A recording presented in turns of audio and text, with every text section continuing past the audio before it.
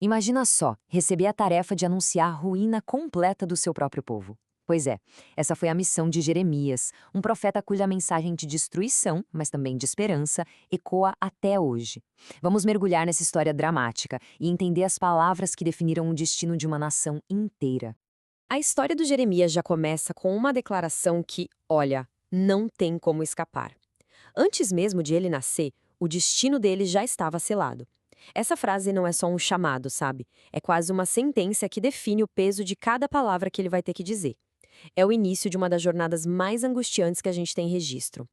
Tá, mas quem era esse Jeremias? A gente pode imaginar um herói todo corajoso, pronto para a missão, mas a história não mostra nada disso. Pelo contrário, o que a gente encontra é um jovem cheio de dúvidas, relutante mesmo, diante de uma tarefa que ele achava que era grande demais para ele. E aqui está o centro do dilema dele. De um lado, a insegurança, o sentimento de eu sou só um garoto. Do outro, uma ordem divina que simplesmente não aceita um não como resposta. E aquele choque clássico entre a nossa fragilidade humana e uma missão que parece impossível de recusar. E esse conflito, ele vai marcar cada passo da jornada de Jeremias. E aqui tem um detalhe que é fundamental para a gente entender a missão dele: a dualidade. A ordem não era só para arrancar e derrubar, era ao mesmo tempo para edificar e plantar. Isso é muito importante. Desde o comecinho, a profecia da destruição já vinha com a semente da reconstrução. Bom, vamos avançar um pouco para entender o porquê de tudo isso. Por que uma profecia tão pesada foi necessária? A raiz do problema todo está numa relação, numa aliança fundamental que foi quebrada. Essa pergunta soa com um sentimento profundo de traição, né? É como se fosse o início da acusação. A divindade coloca o povo no banco dos réus e pergunta na lata: o que foi que eu fiz de errado para vocês me abandonarem desse jeito?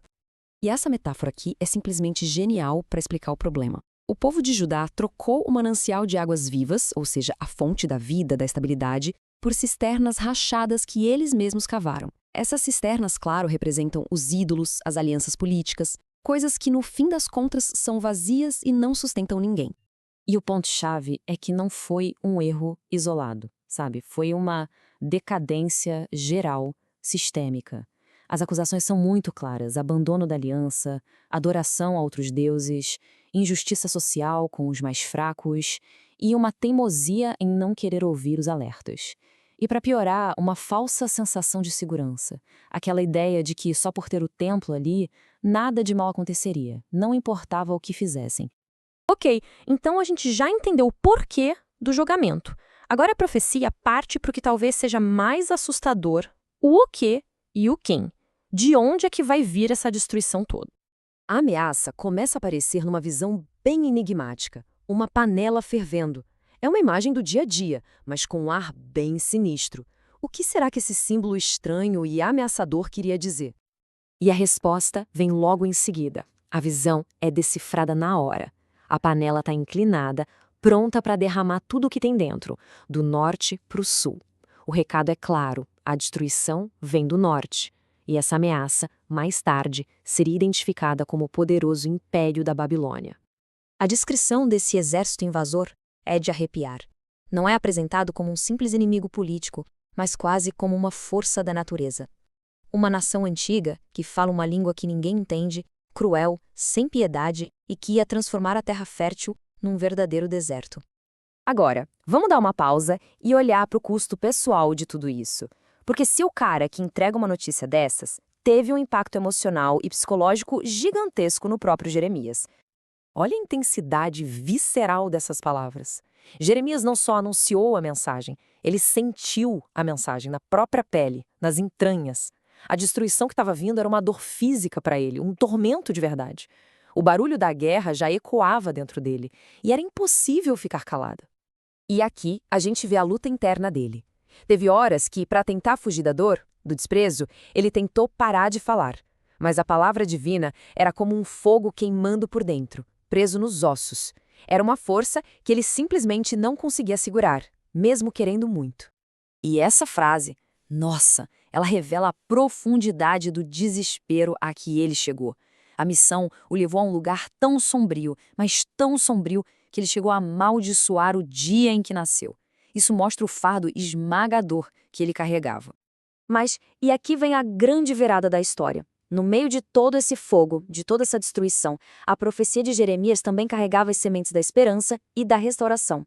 O fim, na verdade, não era o fim. Essa metáfora dos figos é muito interessante porque ela traz uma reviravolta que ninguém esperava. Os figos bons, ou seja, o futuro da nação, não eram os que ficaram para trás supostamente em segurança. Eram os exilados, aqueles que passaram pela provação.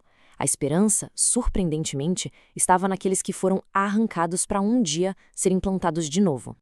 E para reforçar essa mensagem de esperança, vem a analogia do olheiro. Pensa bem, assim como um olheiro pode pegar um vaso que deu errado e amassar o barro para fazer um vaso novo, a destruição da nação não era o ponto final da história.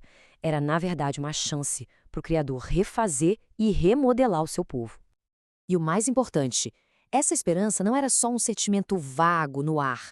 Ela estava ligada a uma promessa concreta, com prazo e tudo, 70 anos. Depois desse período de provação, haveria um retorno, uma restauração.